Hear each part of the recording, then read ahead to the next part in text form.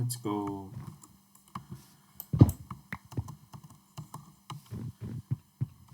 I started already because it didn't record, but we're off now.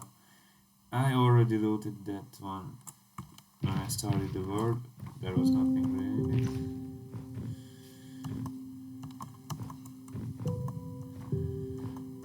And I almost died to an Enderman in a mine shaft.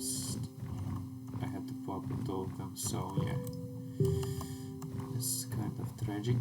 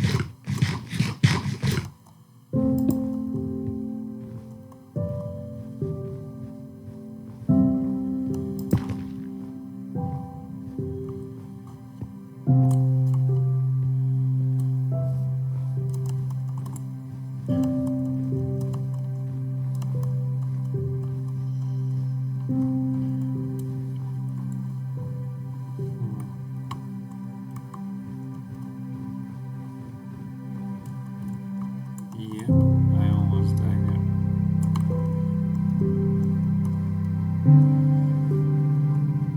Because the stupid villagers didn't give me magnets, so my full enchanted diamond armor is unwearable.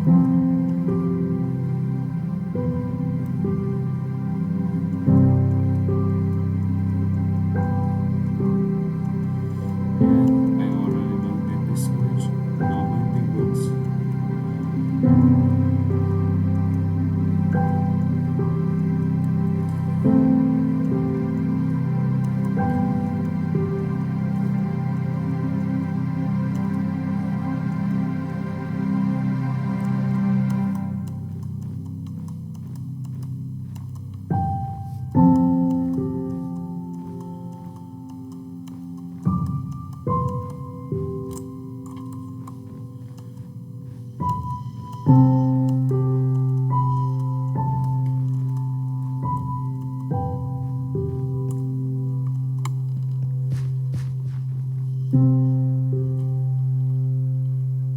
Uncharted territory.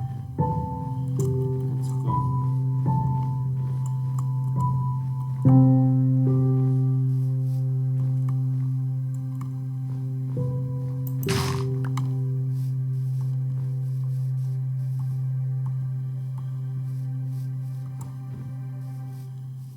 More like laggy territory.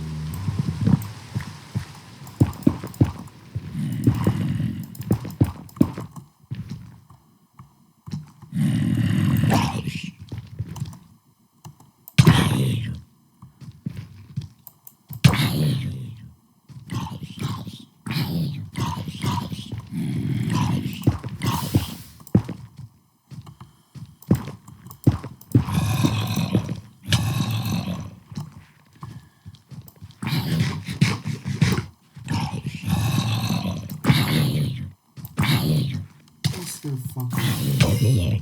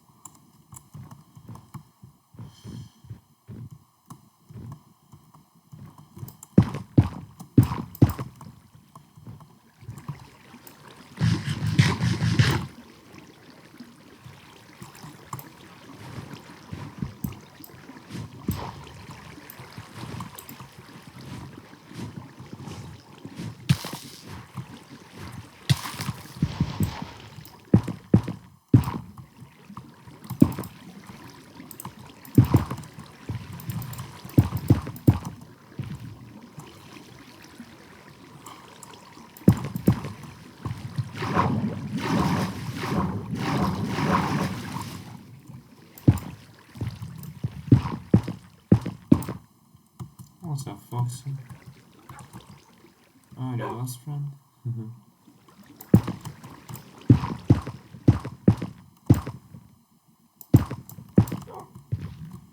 didn't know I had climbed Mount Everest in this challenge too.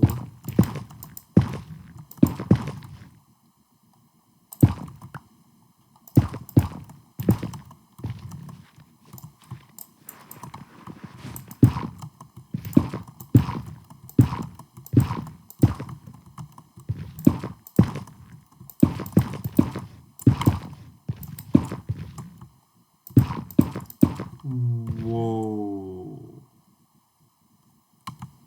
What the heck? It's a huge amount of ice.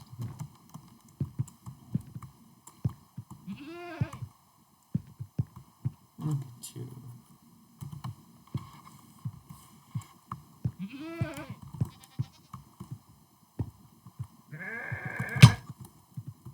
Ow!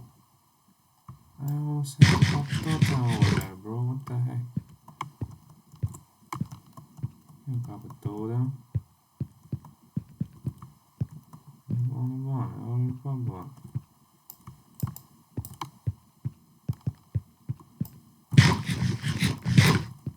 Crazy goats, man. Crazy goats.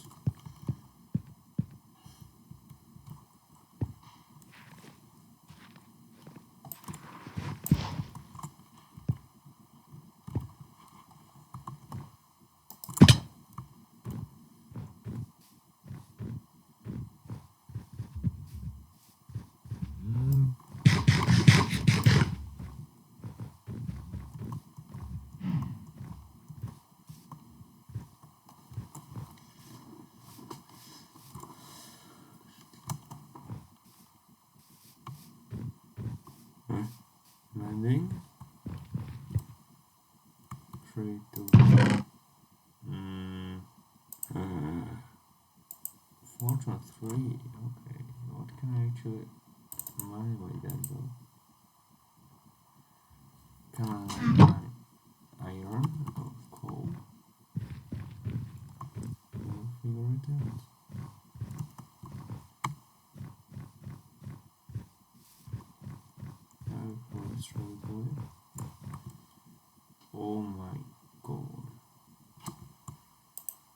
here we go now.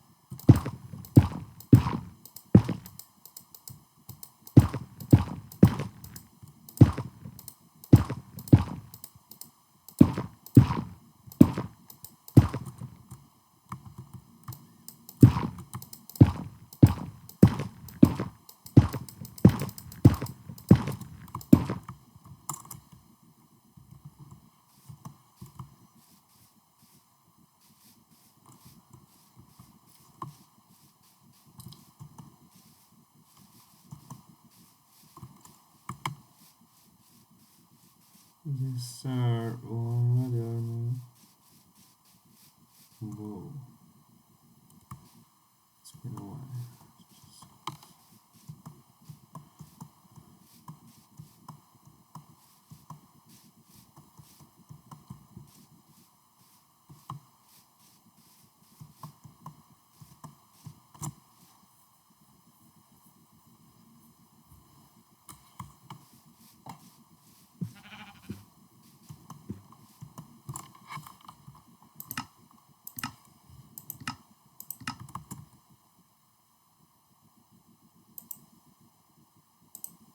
The murderer, and that's it.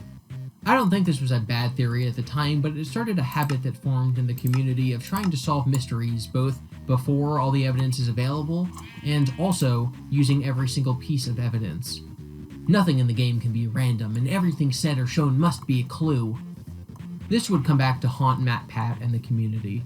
MatPat also claimed that this part of Purple Guy's sprite was a phone. And just no, it's not.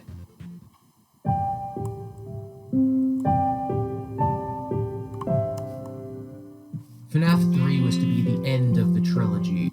On Scott's website, he often uploaded teaser images of upcoming games, and the first look we got of the new game's animatronic was this. An image of the character bathed in shadow, with the text, "I am still here." The source code of the website included the text, "I remain." Source code, in case you're unfamiliar, is what you see when you hit F12 on your keyboard. You get a lot of data about the programming of the website and can see parts of its code. It's very easy to put plain text within source code and have it have no effect on the actual web page. Scott will often hide stuff in the source code of his pages going forward. On January 26, 2015, the trailer for FNAF 3 was released. It showed a decrepit building, and some text appeared sporadically throughout. You're watching it on screen now. He will come back.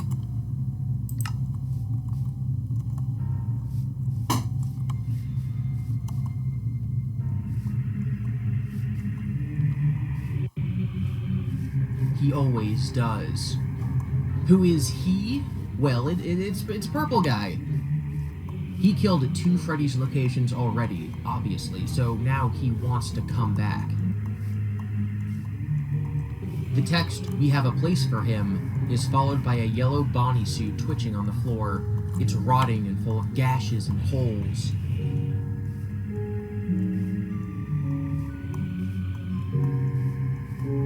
When the game eventually launched in March of 2015, it came with an interesting and very divisive description on Steam. 30 years after Freddy Fazbear's Pizza closed its doors, the events that took place there have become nothing more than a rumor and a childhood memory. But the owners of Fazbear's Fright, the horror attraction, are determined to revive the legend and make the experience as authentic as possible for patrons, going to great lengths to find anything that might have survived decades of neglect and ruin. At first, there were only empty shells, a hand, a hook, an old paper plate doll, but then a remarkable discovery was made. The attraction now has one animatronic. Okay, we need to break this down because it's stupidly complicated. Okay, so Fazbear Fright exists. It's like a theme park horror tour attraction. It's not actually a Freddy's location. The building isn't real. It's just full of memorabilia. Specifically, that teleporting paper plate. Scott, what does the paper plate mean? Obviously, the hook of the game is that there's an animatronic that was brought in, and we know it's haunted, so we know that this horror attraction now has an actually real haunted animatronic. The issue with this description comes in its opening line. 30 years after Freddy Fazbear's Pizza closed its doors, the events that took place there have become nothing more than a rumor and a childhood memory. I don't know what your first thought was reading that, but no matter what you believe, it is very vague. Most people interpret this to mean that the game is set 30 years after Fnaf 1. At the end of Fnaf 1, we're told that the restaurant will close by year's end. There's no reason to think that there was ever another Freddy Fazbear's Pizza after that, so the company closed its doors of its final restaurant in 1992. That would make this game set in 2022. Keep in mind, a lot of people think Fnaf 1 is 1993, therefore they think that this game would be set in 2023, but they are wrong. But that's not how I ever interpreted this line, and I am very confused by this line of logic. The line is, Freddy Fazbear's Pizza closed its doors. The company is not Freddy Fazbear's Pizza, it's Fazbear Entertainment. If it said Fazbear Entertainment closed its doors, like the company dissolved, then yes, sure, this definitely means when the final restaurant closed. But saying the restaurant closed its doors just means that a restaurant shut down. 3 Freddy Fazbear's Pizzas have shut down. The original after the MCI in 1985, the second one after the Kidnapped Kids and the Bite of 87 in 1987, and then the Fnaf 1 location in 1992. The thing is that the events that took place there doesn't really make a lot of sense if it's talking about the Fnaf 1 location, or if it means multiple different locations. It would have to be talking about multiple locations if it's talking about the murders in 85 and also the final closing in 92. No events took place in the Fnaf 1 location except for Phone Guy's death, and I'm assuming that Fazbear Entertainment would have covered that up. That location shut down because it was a failed business. It's the only location where there were no murders. If the public is going to have rumors or a legend about a pizzeria, it's going to be the original location.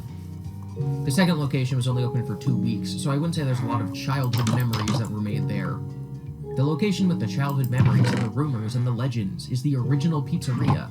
The one that was open for a long time was not a smaller budget, rotting, decrepit place like Fnaf 1, and actually had the murders in it. That's what a company would want to replicate and advertise as a horror attraction. Because of the ambiguity of what Freddy Fazbear's Pizza closed its doors means, I think all 3 interpretations are valid, but it makes so much more sense to me that it's talking about the location that people would remember fondly from their childhood and where the murders happened. In my opinion, the most compelling piece of evidence is that 30 years after the final pizzeria closed its doors would be 2022, which is just a completely random date. The game came out in 2015. It would make no sense for Scott to just decide that it takes place 7 years in the future. It's not like there's futuristic technology. It's not like we needed time to pass so that narratively characters can grow up. It's actually criticized by the fans that there's this 30-year gap between games where nobody is trying to hunt down Purple Guy. But if it's 30 years after the first pizzeria closed its doors in 1985, that would mean the game takes place in 2015, the year that the game came out. Fnaf as a series is all about nostalgia for Chuck E. Cheese and taking childhood memories and childhood trauma and legends about the place and making it now a nostalgic horror entertainment. Fnaf as a series is literally the real-world analog of the horror attraction that Fazbear's Frights is trying to be. And if that's something that Scott is thematically trying to say with the game, then setting it now, when the series is being made, now in 2015, when the public is interested in horror stories about Chuck E. Cheese, well, that makes sense. And it doesn't include this weird inclusion that it's 7 years in the future. And while it doesn't really fix the problem that people have by saying that decades passed between games, at the very least it's only 23 years instead of 30 years. I am 100% confident that Fnaf 1 takes place in 1992, and I am roughly 85% confident that Fnaf 3 takes place in 2015.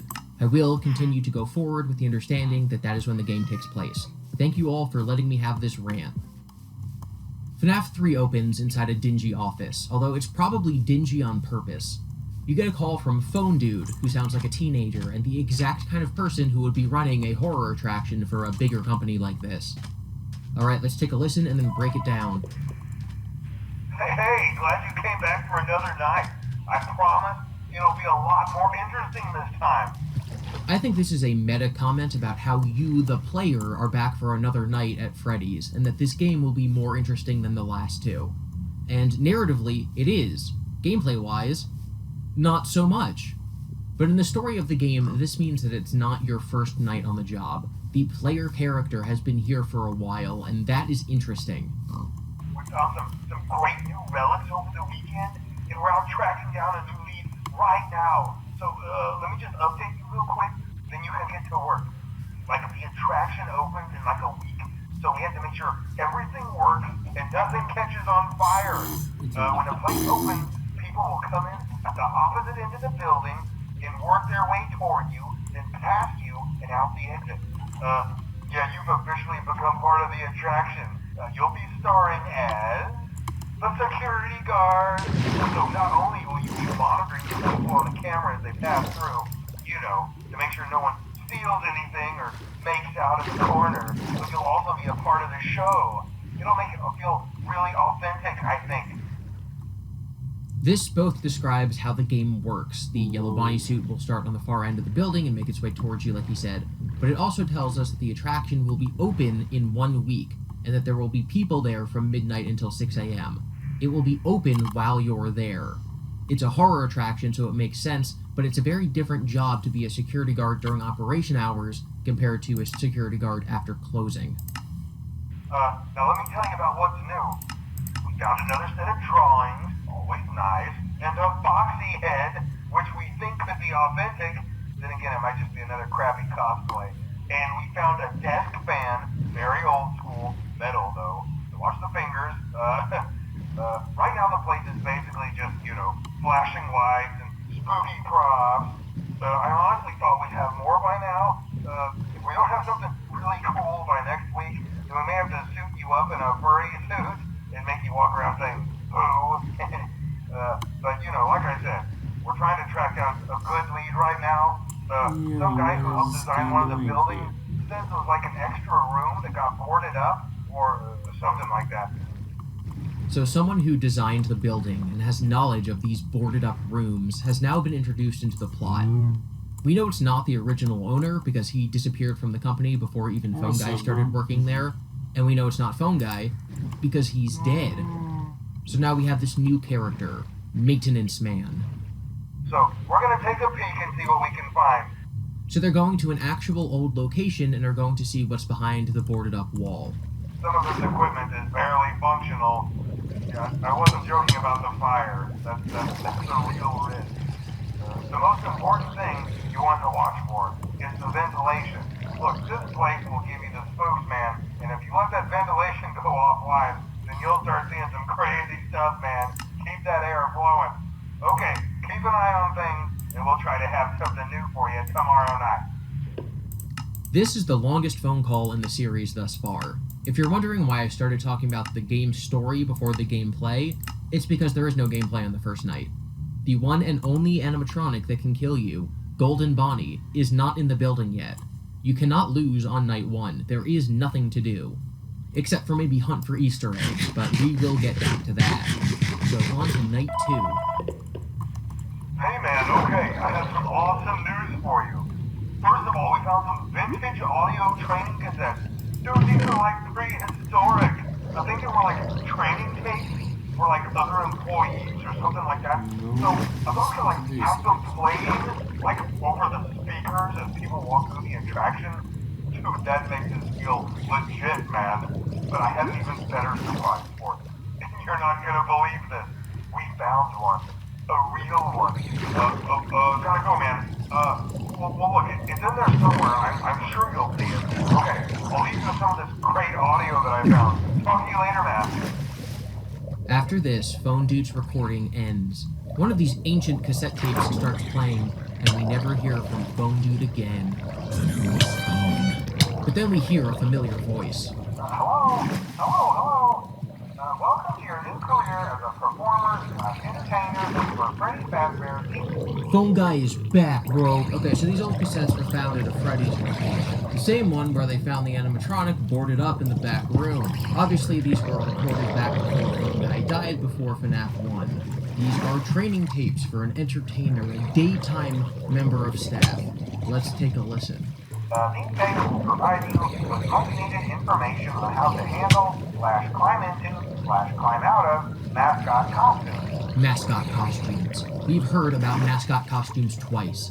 FNAF 1 said that in the original Freddy's location, a guy in a mascot suit lured kids into the back. And in FNAF 2, a mascot suit was used in kidnappings. Let's go. Right now, we have two specially designed suits that double as both animatronic and suit. So please pay close attention while learning how to operate these suits, as accidents, /injury, /death, /irreparable and grotesque maiming can occur. First, we'll discuss how to operate the mascots when they are in animatronic form. For ease of operation, the animatronics are set to turn and walk towards sound cues. This is an easy and hands-free approach to making sure the animatronics stay where the children are for maximum entertainment /crowd-pleasing value. To change the animatronics to suit mode, insert and turn firmly the hand crank provided by the manufacturer. Part of this is gameplay information. You use sound cues to lure the animatronic away from you in the game. But it also gives us the important context that some suits that might be yellow can also look like animatronics. Golden Freddy is one of these suits, that's what I'm getting at. Why is he slumped over? Why can't he move and walk around like the others? Because he's in suit mode. And this gives the important detail that the manufacturer of the animatronics and suits is not Fazbear Entertainment. Turning the crank will recoil and compress the animatronic parts around the sides of the suit, providing room to climb inside. Please make sure the spring locks are fastened tight to ensure the animatronic devices remain fixed. We will cover this in more detail in tomorrow's session. Remember to smile, you are the face of Freddy Fazbear's Pizza. Alright, so we can stop calling this Golden Bonnie. This suit is Springlock Bonnie, and Golden Freddy is Springlock Freddy. These are the Springlock suits. They're different than normal suits, and different than normal animatronics, and they're dangerous. Let's get on to the gameplay. Like I said earlier, Spring Boy here starts on the far side of the building. He slowly makes his way towards you, and you can use sound cues to lure him back away from you. He can crawl through vents or walk in your direction, but using sound cues to move him to the furthest point is easy enough. There are some issues though. Looking at the cameras for too long gives you a video error, and you have to reset it, which takes time. You have a limited number of audio lures before you have to reset the sound. And there's also a ventilation reset. Spring Baby Boy can move while you're looking at him. Unlike the animatronics in the past games, the cameras will turn to static every once in a while, and when that happens, he can move. The game is basically watching him, using lures if he moves, resetting your systems as fast as possible when needed, and not getting jump scared. Within the building are also phantom animatronics. Phone Dude said we might see weird things, and that's what these are. These don't kill you if you see them, but they do make a loud noise and force you to reset your ventilation. The loud noise will bring Spring Boy Me Bob towards you, and resetting obviously means you cannot lure him away. It's really easy to avoid these jump scares by just not flipping to the very limited cameras that they can appear in, or in Foxy's case, just slowly turning left when you need to reset everything to make sure he's not there. These phantom animatronics consist both of characters from FNAF 2, like Balloon Boy, and FNAF 1, like the original Foxy. Now, theories try to use this as evidence that the security guard for FNAF 3 has seen both sets of animatronics, those from FNAF 1 and from FNAF 2. This is quite silly. The idea is that the nighttime security guard in the final night of FNAF 2, Fritz Smith, and Mike Schmidt are the same person, and that they are now also the guard here in FNAF 3. He's seen all of the characters, so he is capable of hallucinating all of them. And I think this is weak, because whether or not they're actually hallucinations is up in the air to begin with. Phone Dude says that they're hallucinations, but Phone Dude and Phone Guy's calls are always trying to play down the supernatural elements. And on top of that, Phone Dude might think that they're hallucinations when they're actually phantoms, they're spirits, the place is haunted. They're actually called the Phantom Animatronics. They might be ghosts. If there's any building that's going to be haunted, it's going to be the place where every single piece of surviving Freddy's memorabilia has been gathered and put together. And my second reason for thinking this is quite the silly theory is that you don't need to have been a nighttime security guard to be familiar enough with the animatronics from the locations to hallucinate them. I have in fact had dreams or nightmares about the cast of the Chuck E. Cheese animatronic band. And I am not a security guard at Chuck E. Cheese. I'm just familiar with the characters. In-universe, these are beloved children's entertainment mascots. You don't need to have worked there to know what they look like. There were toys, there were cartoons. This thing has been around for like 50 years at this point. The conclusion that this playable character must be Mike because he's seen the older animatronics is complete nonsense. With that said, the player character is absolutely Mike. There's a lot of other evidence for this, just not requiring him to have seen the animatronics to hallucinate them. You used the wrong equation and got the right answer. The gameplay doesn't really change night to night. You get fewer lures, Spring Bonnie and Clyde moves more often, maybe, and that's it. This is the easiest game in the series. So since that's the entire game from a gameplay perspective, we're gonna get back to the story. Actually, hold on, wait. I'm gonna play for you Spring Bonnie's jump scare. You have been warned. Yeah, that was pretty lame. Between each night as you play, you get an Atari minigame. These do not happen upon death, they happen at the end of every night. In the first one, you, as Freddy, walk around what is explicitly the Fnaf 1 location, with water dripping from the ceiling and rats everywhere. You keep walking until you see Shadow Freddy, who says, "Follow me." You follow him to this doorway that did not exist in Fnaf 1, and when you try to go into it, it says, "Error." When you give up and walk away, Purple Guy rushes you and takes you apart, ending the minigame. This repeats every night, with the game giving you control of Chica, Foxy, and Bonnie, to also follow Shadow Freddy to the doorway and be taken apart by Purple Guy. Now, and this is stupidly important, the sprite for Freddy has a bow tie and a button. Bonnie also has a bow tie and a button. The withered animatronics from FNAF 2 have 2 buttons. The rebuilt, remodeled versions in FNAF 1 do not have any buttons. We know that the withereds were transported to a new location and then refurbished. We know that the original Freddy's location where the MCI happened was left to rot. And something that has always bugged me is that the newspaper clippings from FNAF 1 that mention the MCI and that the restaurant was going to close are in the FNAF 1 location. Why would they be there? That's not the restaurant that closed. That's not the one where the MCI happened. Unless it is. Earlier I mentioned that some people think the FNAF 1 location, the third pizzeria, is the original pizzeria where the murders happened. Remember how we know it's a different location from FNAF 2 because it has a Pirate's Cove? Well, FNAF 1 has a Pirate's Cove. So the newspapers being there makes sense. This, in this minigame, is clearly the FNAF 1 location and it's rotting. And we know that it's before FNAF 1 because the withereds still have their buttons. So if the first and the third Freddy's locations are the same place, and these minigames happen after FNAF 2, after the withereds are moved back to the smaller location but before FNAF 1, then I believe that Purple Guy disassembling the animatronics is the reason that they appear dramatically different in FNAF 1. They weren't just refurbished, they were rebuilt, meaning that Purple Guy was at the FNAF 1 location before Mike was, and when Phone Guy still worked there. These minigames happened after FNAF 2 and before FNAF 1. Alright, on to the Night 3 phone call. Hello. For today's lesson, we will be continuing our training on proper suit handling techniques. When using an animatronic as a suit, please ensure that the animatronic parts are tightly compressed and fastened by the spring locks located around the inside of the suit. It may take a few moments to position your head and torso between these parts in a manner where you can move and speak. Try not to nudge or press against any of the spring locks inside the suit. Do not touch the spring locks at any time. Do not breathe on the spring locks, as moisture may loosen them and cause them to break loose. In the case that the spring locks come loose while you are wearing the suit, please try to maneuver away from populated areas before bleeding out, as to not ruin the customer experience. As always, if there is ever an emergency, please go to the designated safe room. Every location is built with one extra room that is not included in the digital map layouts programmed into the animatronics or security system. This room is hidden to customers, visible to animatronics, and is always off camera. As always, remember to smile. You are the face of Freddy Fazbear's team. These spring lock suits are mildly terrifying. Like in the first game, it says you're going to be shoved into a suit, and it shows you with your eyes popped out if you lose. I'm like, yeah, that's spooky. But a company purposefully putting you in a suit that can impale you with tiny metal springs all over your body if you breathe wrong, or if you sweat on it, that is horror.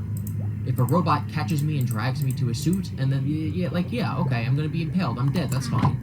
But the horror and tension of being inside an Iron Maiden for hours, for your entire shift. Maybe it's because I'm claustrophobic, but that just gives me so much anxiety. This also tells us what the doorway in the mini-games is. It's a safe room that the animatronics are programmed not to see. That's why they get an error. And it's not on cameras, which is why we didn't see it in Fnaf 1. The jump from Night 3 to Night 4's tapes is highly contested. Let's listen to the first part. Hello. There's been a slight change of company policy concerning use of the suit. Don't. After learning of an unfortunate incident at the sister location involving multiple and simultaneous spring lock failures, the company has deemed the suit temporarily unfit for employees. Okay, so the first 3 phone calls were training tapes. They were pre-recorded and likely played for every new employee in the business. This tape is more like a memo. On that day, whatever day this happened, the spring-lock suits spring-locked a guy, and Phone Guy had to record this message. For various reasons, I think this happened before Fnaf 1 and 2, putting it in the era of the first Freddy's location. In Fnaf 2, and remember that location was only open for 2 weeks, in Fnaf 2, Phone Guy mentions how the kidnapped children's incident was done by someone using an old yellow suit. That means that these spring-locked suits were considered old and probably outdated by the time of Fnaf 2, meaning that this incident took place in the first Freddy's Pizzeria. We also get a mention of a sister location. That means another restaurant owned by Fazbear Entertainment. And this is really annoying, because it means there's another restaurant we don't know about. We know about Fredbear's Family Diner, but Phone Guy barely remembers that existing, and he doesn't know its name for sure in Fnaf 2, so there's no way that that is the sister location. But there is a pizzeria somewhere out there that has these spring-lock suits, owned by Fazbear, before Fnaf 2, likely in 1985 or earlier, during the time of the original restaurant. And they had spring-lock suits, but don't anymore. Let's keep listening. Safety is top priority at Freddy Fazbear's Pizza, which is why the classic suits are being retired to an appropriate location while being looked at by our technicians. Until replacements arrive, you will be expected to wear the temporary costumes provided to you. Keep in mind that they were found on very short notice, so questions about appropriateness/relevance should be deflected. I repeat, the classic suits are not to be touched, activated, or worn. That being said, we are free of liability. Do as you wish. As always, remember to smile. You are the face of Freddy Fazbear's Pizza. So the suits are being taken away, and technicians, likely from the manufacturer, are going to work on them. Other suits, non-spring-lock suits, not animatronics, but mascot suits, costumes, are going to be brought in. Phone Guy also calls the spring-locked suits classic suits. So it's not like when he recorded these tapes, they were a new invention. They were classic. They were old. Also, there's these new suits, and they are not relevant or appropriate. Put a pin in that for the next several hours until we touch upon that topic again. On to Night 5, we have another jump in time, another memo from Phone Guy. Hello. This is just a reminder of company policy concerning the safe room. The safe room is reserved for equipment and/or other property not being currently used and as a backup safety location for employees only. Not a break room, should not be considered a place for employees to hide and/or congregate. And under no circumstance should a customer ever be taken into this room and out of the main show area. Management has also been made aware that the Spring Bonnie animatronic has been noticeably moved. I would like to remind employees that this costume is not safe to wear under any circumstances. Thank you, and remember to smile. You are the face of Freddy Fazbear's Pizza. If the spring lock issue happened yesterday, then I don't think the Spring Bonnie suit being moved would have been noticed by management. At least to my ear, this sounds like it's been decommissioned for a little while, and then one day, randomly, it was moved. Phone Guy also says not to lead customers to the safe room. We know that Purple Guy, in a mascot suit, and I'm going to drop the pretense he was in the Spring Bonnie suit, Purple Guy as Spring Bonnie, brought people into that room. But that was caught on camera, and the police used it as evidence. If we had camera footage of Spring Bonnie leading people there, Phone Guy wouldn't have said the suit was noticeably moved. He would have known it was moved. We would have had footage of somebody using it. I don't think this is an indication that the MCI already happened before this memo was recorded. I think this is what inspired Purple Guy to take kids back there. He was already using the spring suit when he wasn't supposed to, and remember, of the 5 dead kids, only some of them were being brought into the back room, meaning he killed some of them before that using a different method. I think he took the suit, did his first killing, and then after this memo, realized he could start using the back room. If the main part of the MCI had happened and kids were being lured into the restaurant, I think that would have been noticed. After you beat Night 5, you're greeted with the final Follow Me minigame. The core 4 animatronics were all disassembled, so now you play as a child, a ghost of one of the kids, and you make your way to the safe room, past the broken animatronics, finally through that door. Inside are 4 more ghosts, and Purple Guy in a panic. We know there are 5 haunted animatronics, with Golden Freddy being the 5th, but Golden Freddy wasn't disassembled, meaning that the disassembling of the animatronics did not free these ghosts. Golden Freddy's child was able to walk around freely without being disassembled, meaning that has no influence on their ghostiness. And this explains why they're able to repossess the animatronics for Fnaf 1. So the ghost chases Purple Guy around for a bit. There are these square things on the ground. Some people think they're boxes, some people think they're arcade cabinets. Phone Guy did say that they put unused things back here, so either one of those examples works. Some people think that they're safes, like this is the safe room where safes are, but Phone Guy specifically said it was for employee safety. This is the safety room, not the safe room. In the corner is the Spring Bonnie suit. Now, we don't know if it's been sitting there since 1985 in the MCI, or if it was brought from the FNAF 2 location in 87. But Golden Freddy was brought to the FNAF 2 location, and Phone Guy says someone used an old yellow suit for the kidnapped children incident. So I'm guessing that yes, it was moved around when different locations closed and reopened. Purple Guy theoretically hasn't worn this suit since the kidnappings in FNAF 2 back in 1987, but he gets into it now. Many people interpret this as him getting into the suit he wore when he killed the kids to scare the ghosts. Others look at the actual gameplay and say that wearing a Freddy mask in FNAF 2 tricked the haunted animatronics, so Purple Guy might be wearing this costume to trick the ghosts. I don't buy that at all. The animatronics, when possessed, act like animatronics. They perform during the day. They stuff you when they catch you because it's against the rules. Spring Bonnie himself in this game is set to follow sound, so he can be where the party is. If the spirit inside the suit was in control, he would not be forced to follow those sound cues. The animatronics think like animatronics, so yes, the mask stops them, but there's no reason to think it would stop these ghosts. Anyway, Purple Guy gets spring-locked. The water dripping down causes a failure in the spring locks, and he gets dead. A fitting end to this murdering psychopath. Except it's not the end. Obviously, we've been facing off against Spring Bonnie this whole game. This minigame took place decades ago, and the animatronic is now haunted. Spring Bonnie is Purple Guy, and he's not Spring Bonnie, he's Spring Trap, because he got trapped in the spring lock suit. The animatronic rabbit has a corpse inside of it. In fact, you can actually see that in-game, especially on these secret screens. That's rotting skin and sinew, and that is his skull. That is Purple Guy rotting inside of there, and he was in there during the entirety of FNAF 1. He's been in there for decades, and now he's back. Because he comes back. He always does. The Night 6 phone call explains how that all came to be. Hello.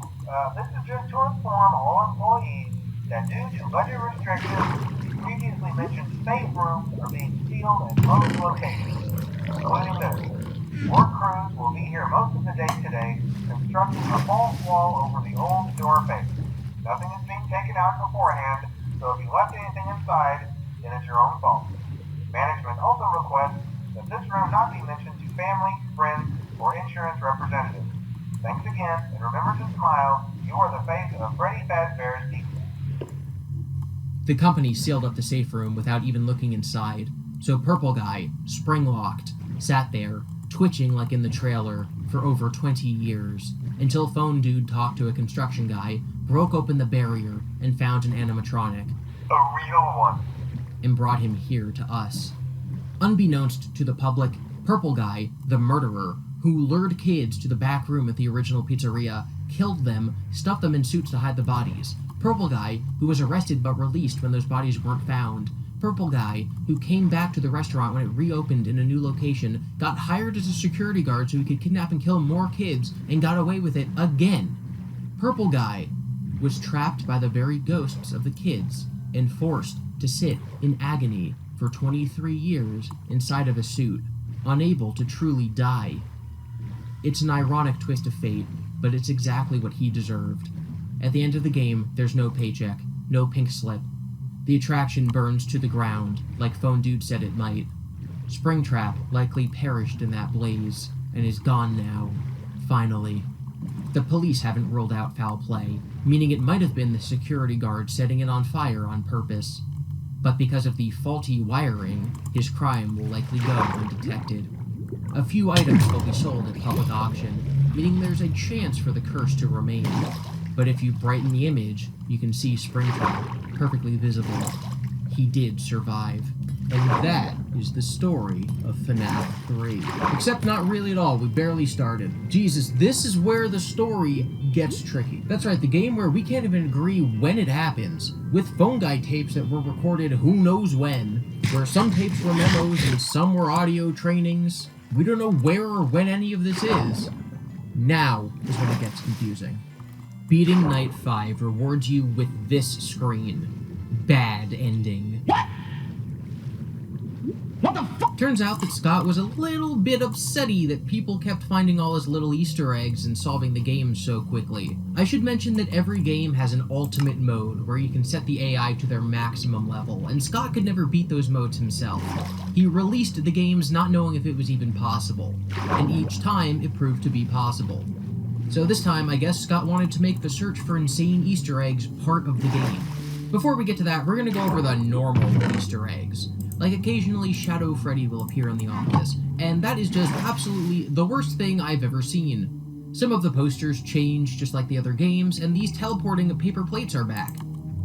Now let's get to the completely baffling and nonsensical way that you're supposed to beat FNAF 3. So in those end-of-night follow-me minigames I talked about earlier, there is one hallway that will consistently have different hints in it. The first night, the hint is BBDB click. Clearly, this means that on the first night, you're supposed to go to camera 8 and double-click on the poster of Balloon Boy. This takes you to Balloon Boy's Air Adventure. As Balloon Boy, you gather up some balloons and exit through the exit, except you might notice that that's not all of the balloons in the level. There's one more. So you start night 1 again, you double-click the poster again, and you get all the balloons, and then you jump through this wall, which has absolutely no indication that it's not solid, and you fall, and if you keep walking, you'll find the final balloon. If you enter the minigame again, you'll find that these balloons you found now form a floating platform you can hop on to find a dead child. You cannot interact with this child at all. Now if you go back to the Follow Me minigame, in the exact same hallway, you might notice some boxes with some arrows in them. This, obviously, is a hint that you need to find the arcade cabinet on camera 7 and input the code on the buttons in the machine in order to enter Mangle's quest. Mangle needs to find his missing parts and avoid this mean bully. So you jump around and you find the parts and then you go out the exit, except no, we've learned you don't go out the exit. Instead, you jump through this wall, fall down past a giant crying puppet, and find a ladder of balloons. These balloons would not have been there if we did not gather them in the Balloon Boy minigame. So you jump up all the balloons and then you find a cake. Now, clearly, since we are super geniuses, we can deduce that since the balloons from Balloon Boy's adventures carry over to Mangle's quest, that means the cake from Mangle's quest probably carries back over to Balloon Boy Adventure. So we double-click on the poster and we go through again, we get all the balloons, we jump through the wall, we go up the balloon path, find the dead child, and then we give him the cake. And now he's a happy little dead boy. The next night, when doing the Follow Me minigame, you'll find a picture of 4 cupcakes. This means that you have to search every camera in the building. Oh my god.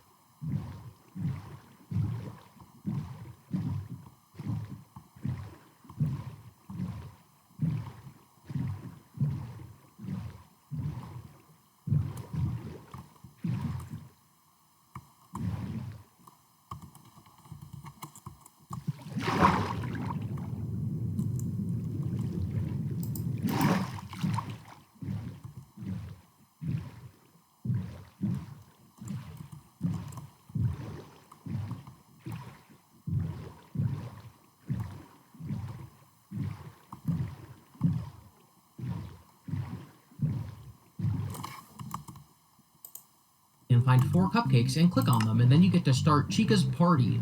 In Chica's Party, you specifically play as Toy Chica. You need to grab cupcakes and give them to children, but we know better than to exit the minigame, so instead we're going to jump through the wall, land on one of the red balloons, and find another child to give the cake to. Also, you can't do this without first having done the Balloon Boy game. On the next night, the clue is 395248, and this one gave people a lot of trouble. On the first time, you had to double-click Balloon Boy. That's weird. Second one, you had to put in the Konami code into this arcade cabinet. That's weird. Third one, you gotta find some hidden cupcakes. But this one, you need to click on the wall tiles in the office arranged in a 3x3 grid like a phone keypad and click 395248. You need to dial it onto the wall tiles. You gotta dial the tile. This unlocks Stage 01. In Stage 01, Golden Freddy and Golden Bonnie, or Spring Bonnie and Spring Freddy, or Spring Bonnie and Fredbear, whatever. They have so many names, but technically this is Fredbear and Spring Bonnie. Even though I think it should be Fredbear and Bun Bonnie, but no one cares what I think. So here's a small stage in a small restaurant. These 2 old costumes were used back at Fredbear's Family Diner, which is where this game clearly is set. This is the location before the location where the MCI happened. So if you glitch through the walls and the ceiling and then you do all of this nonsense,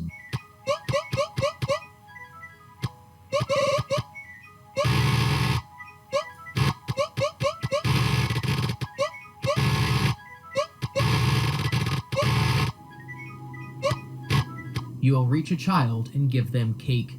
Now, if you take a second and you think, this is weird, the first child was helped by Balloon Boy, and the second by Mangle, and the third by Toy Chica, specifically Toy Chica. Maybe that means they were killed at the second Freddy's location. Maybe this child was killed at Fredbear's Family Diner. No.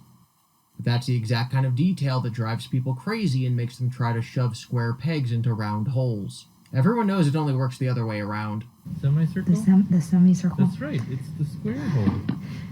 Next night, they hint to Shadow Bonnie, and on that night, a doll of Shadow... What is going on? This is too much.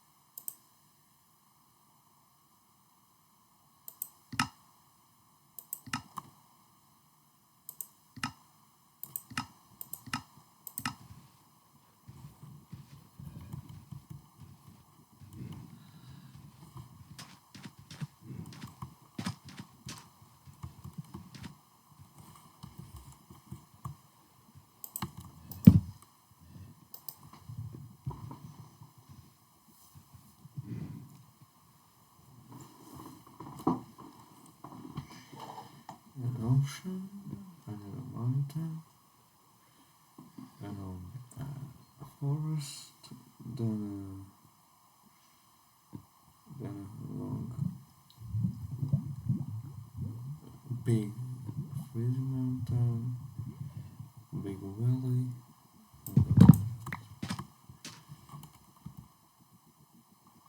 4,000 bucks for a chicken.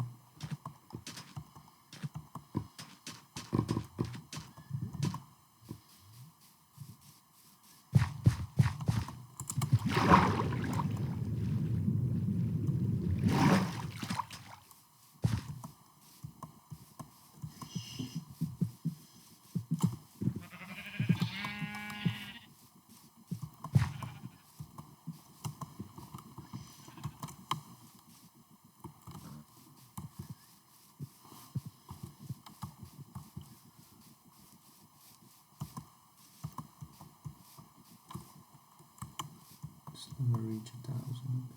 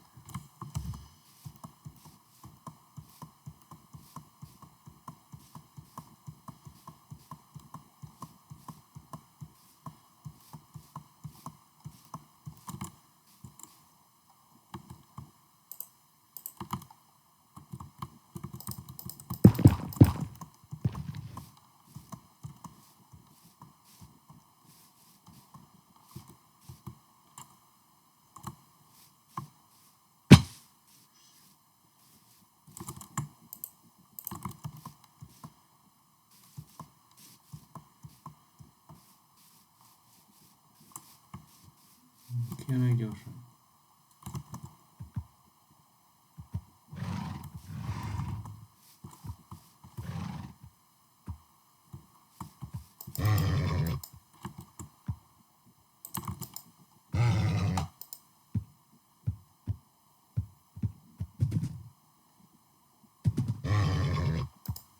Oh man, I have experience. Trust me.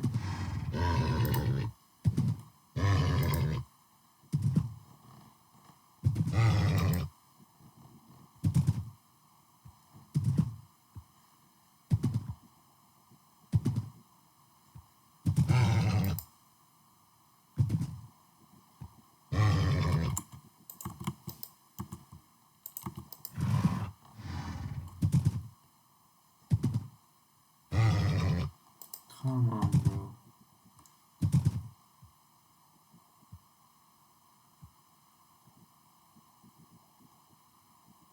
Oh, he thinking.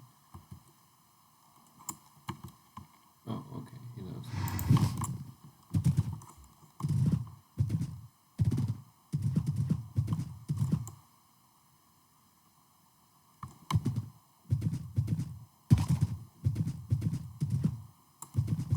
Whoa.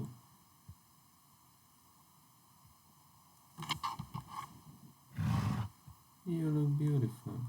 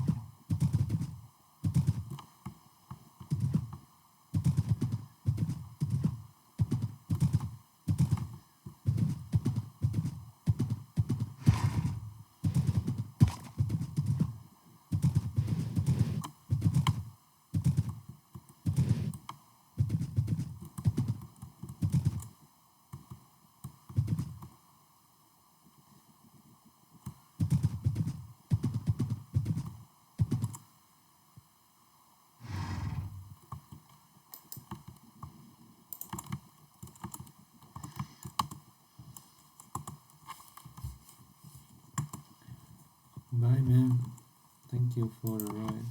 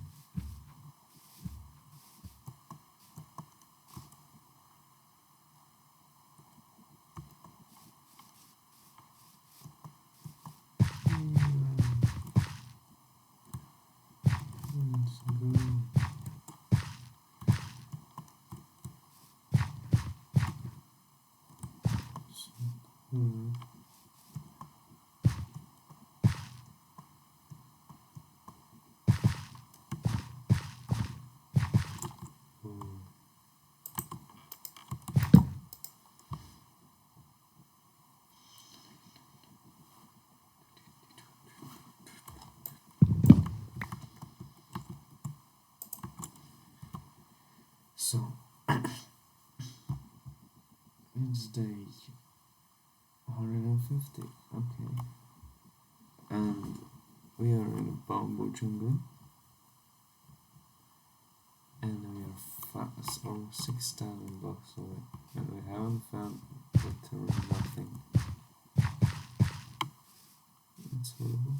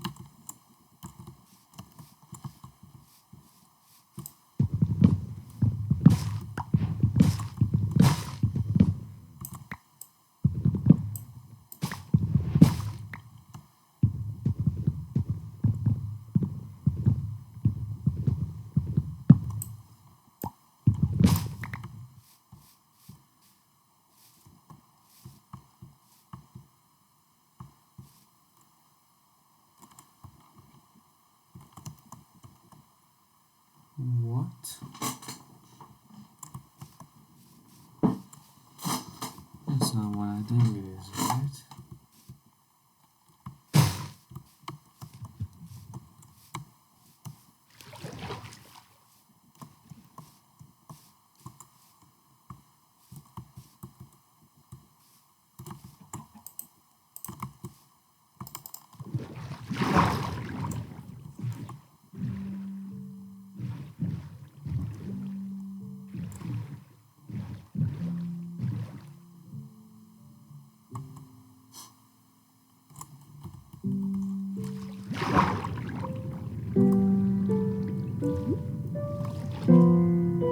It's also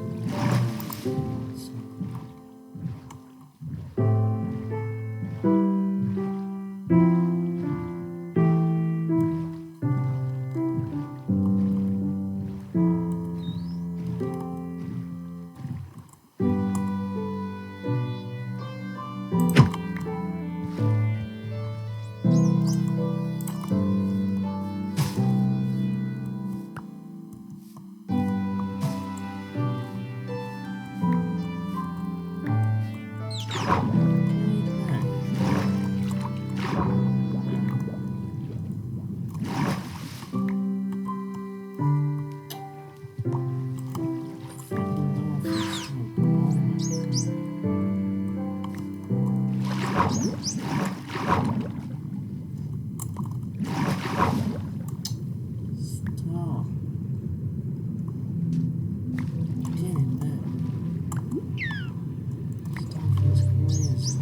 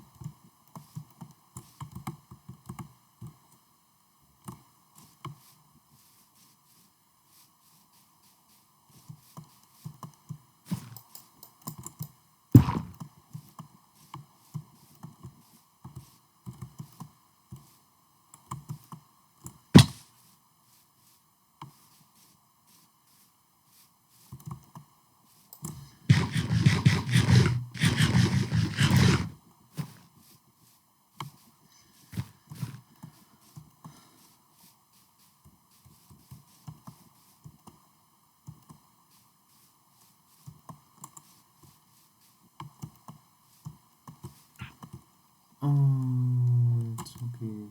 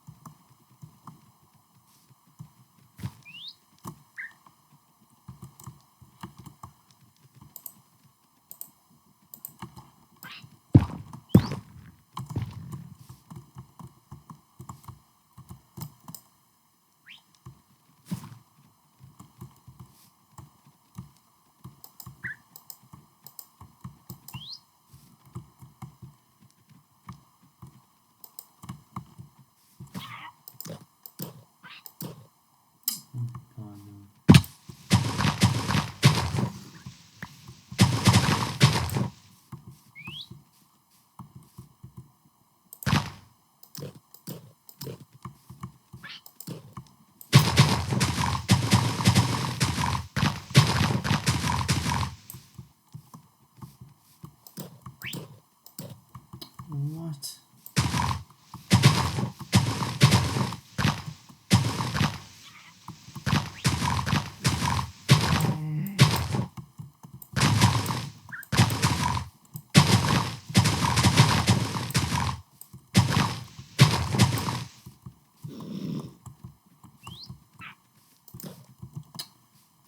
This greedy.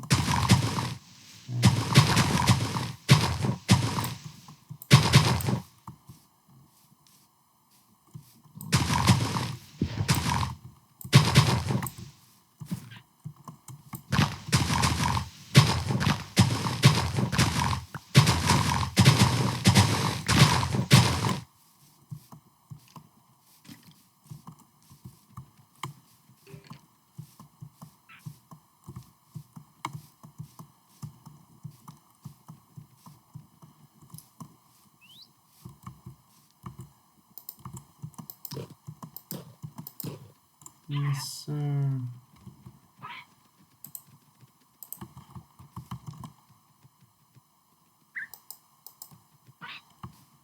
Come, guys.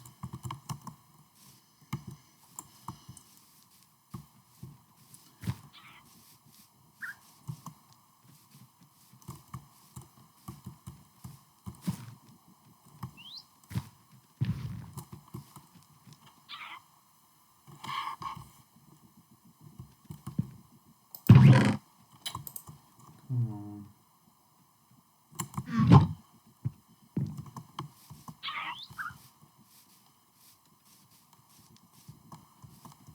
Whoa. So jungle, mate.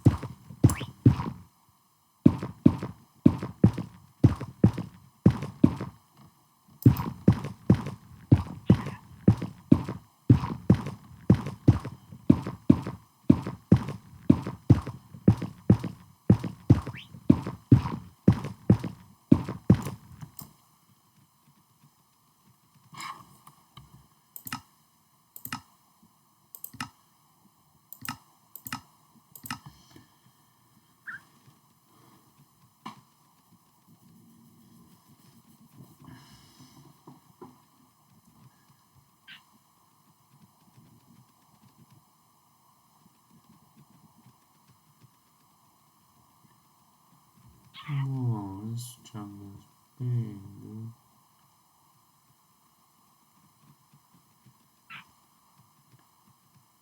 Fingers.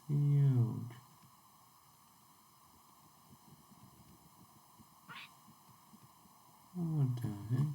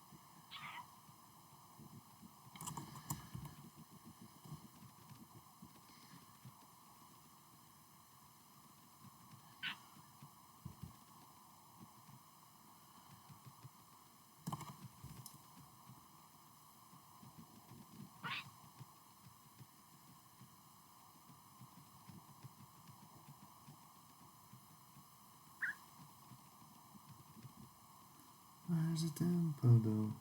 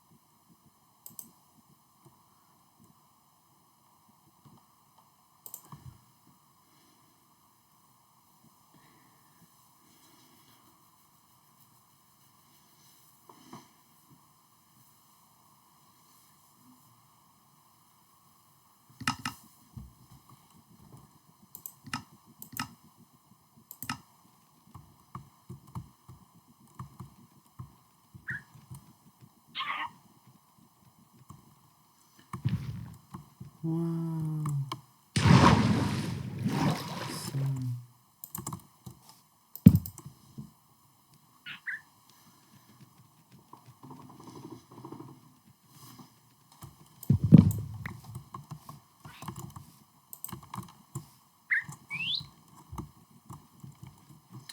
yes, sir. Yes, sir.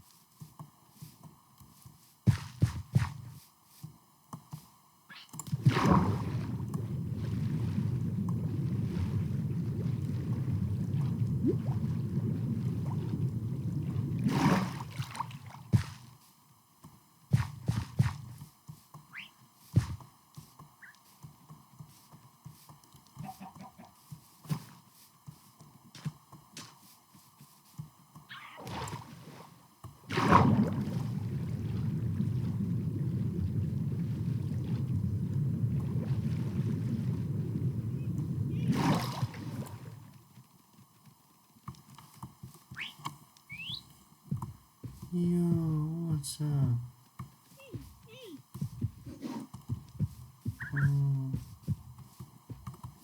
on the bird. Oh, thank you. Oh, yes.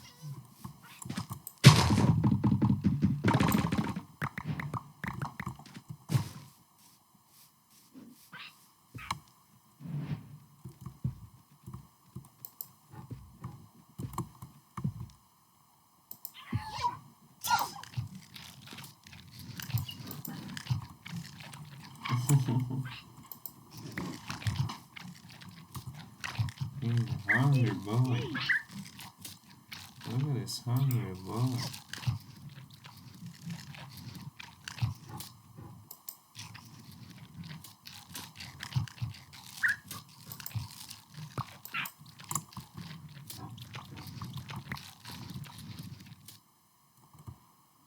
Good boy. Oh, don't jump for me.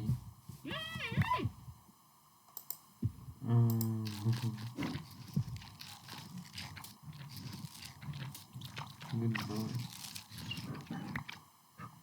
Insistent.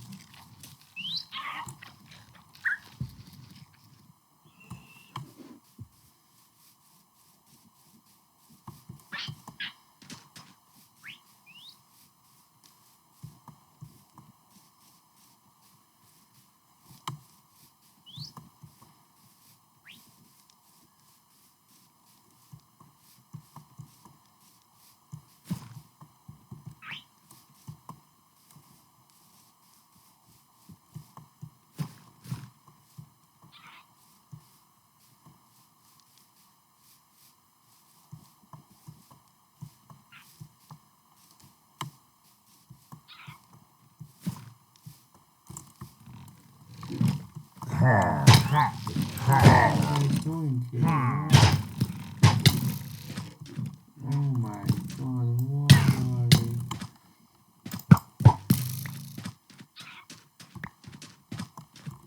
What are they doing?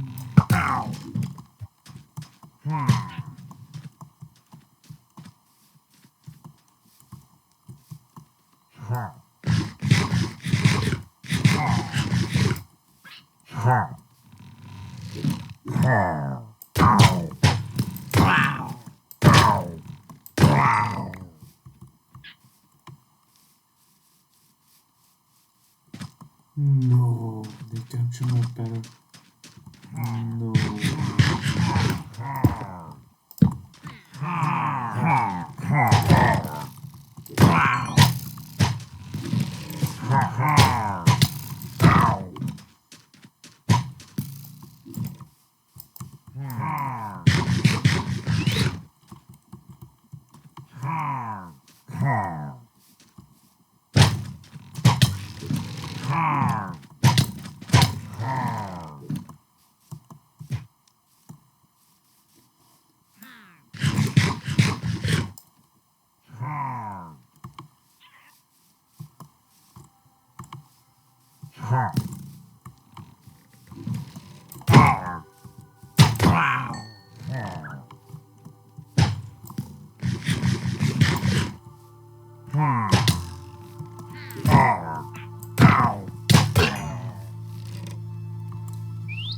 What were they doing here?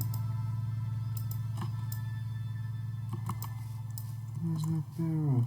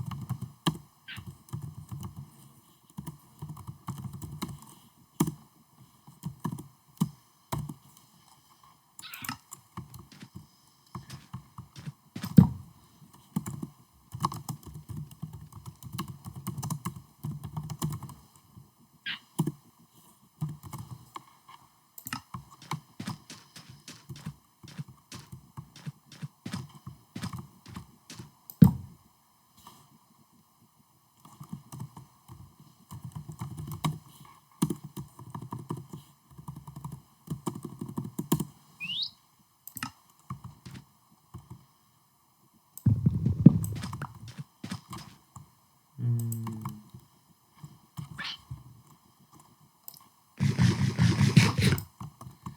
We always will remember the white bird. But this I have the red one, yeah.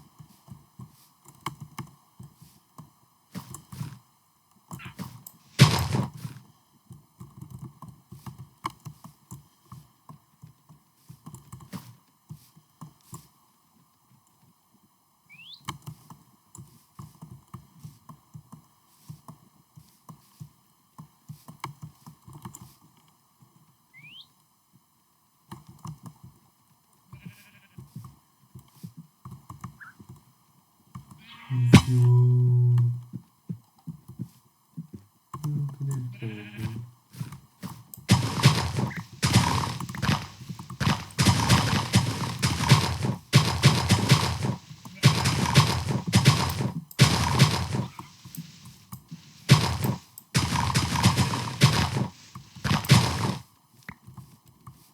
Come here, boy.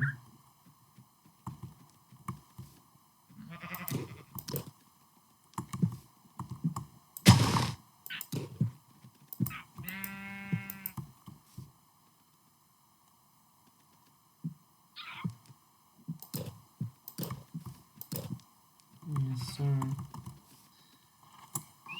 A Kia bird. A Kia bird. Yo.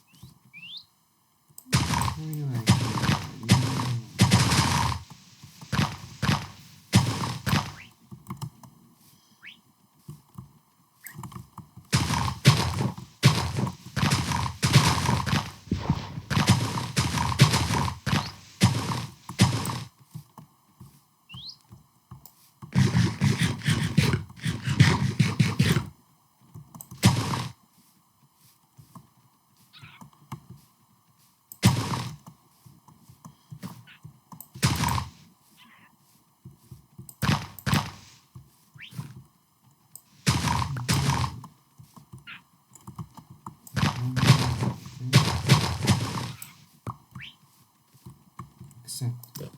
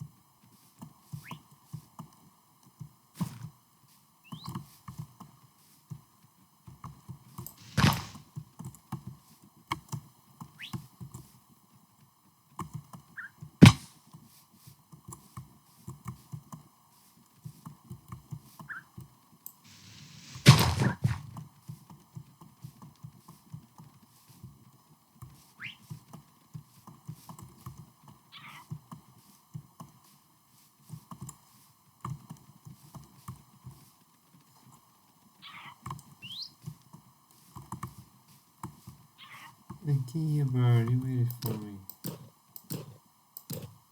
Yoo-hoo, yes, sir.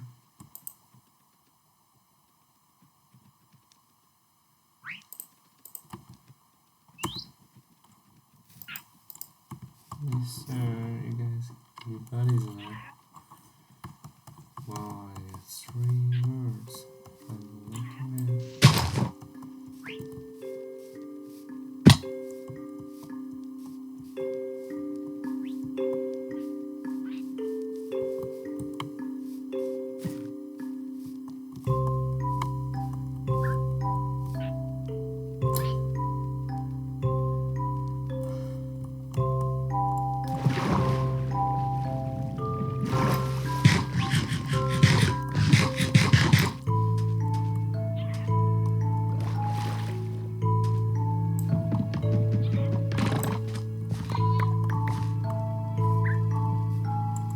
Oh, somebody.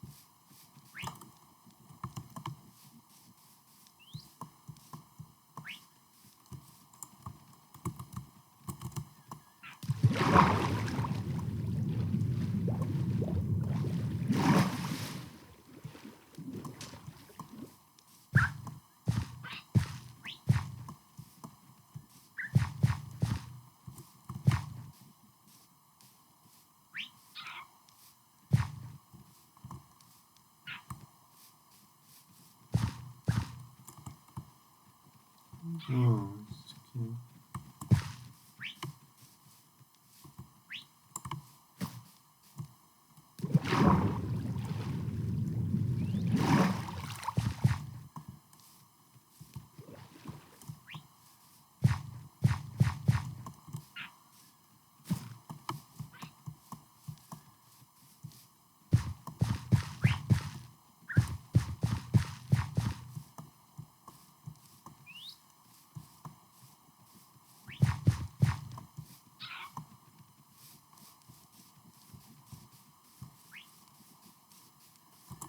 Yeah.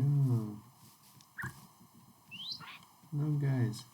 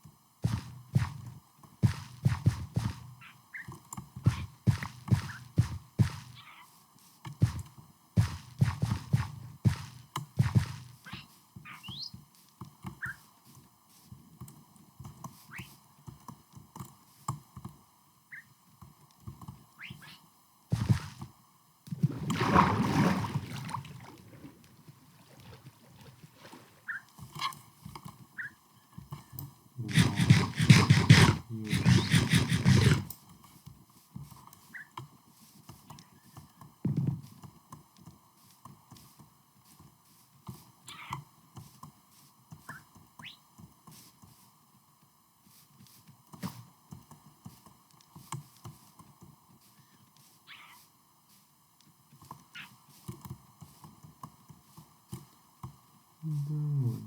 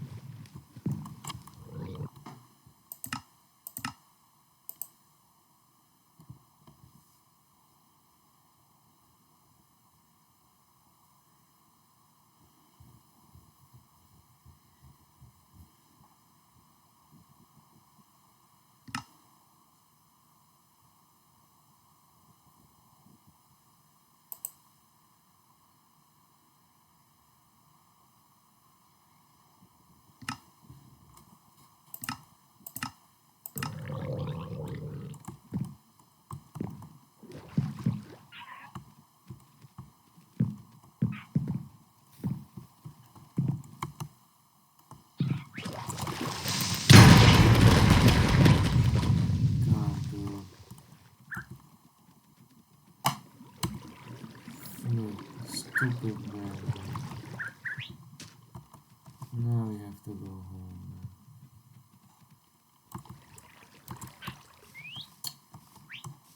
Damn, bro.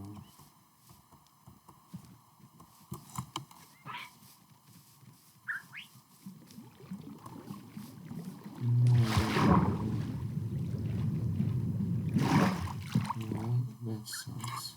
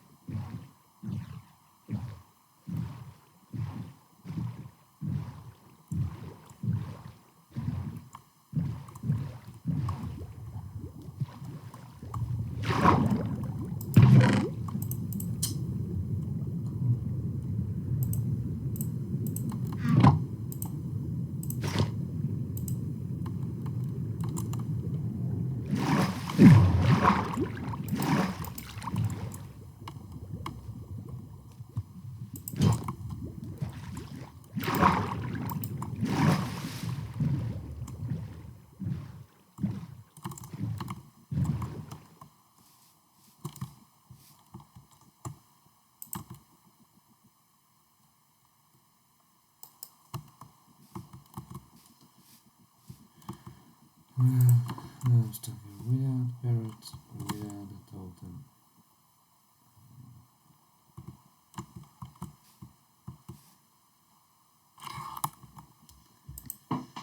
Wow, that's unfortunate.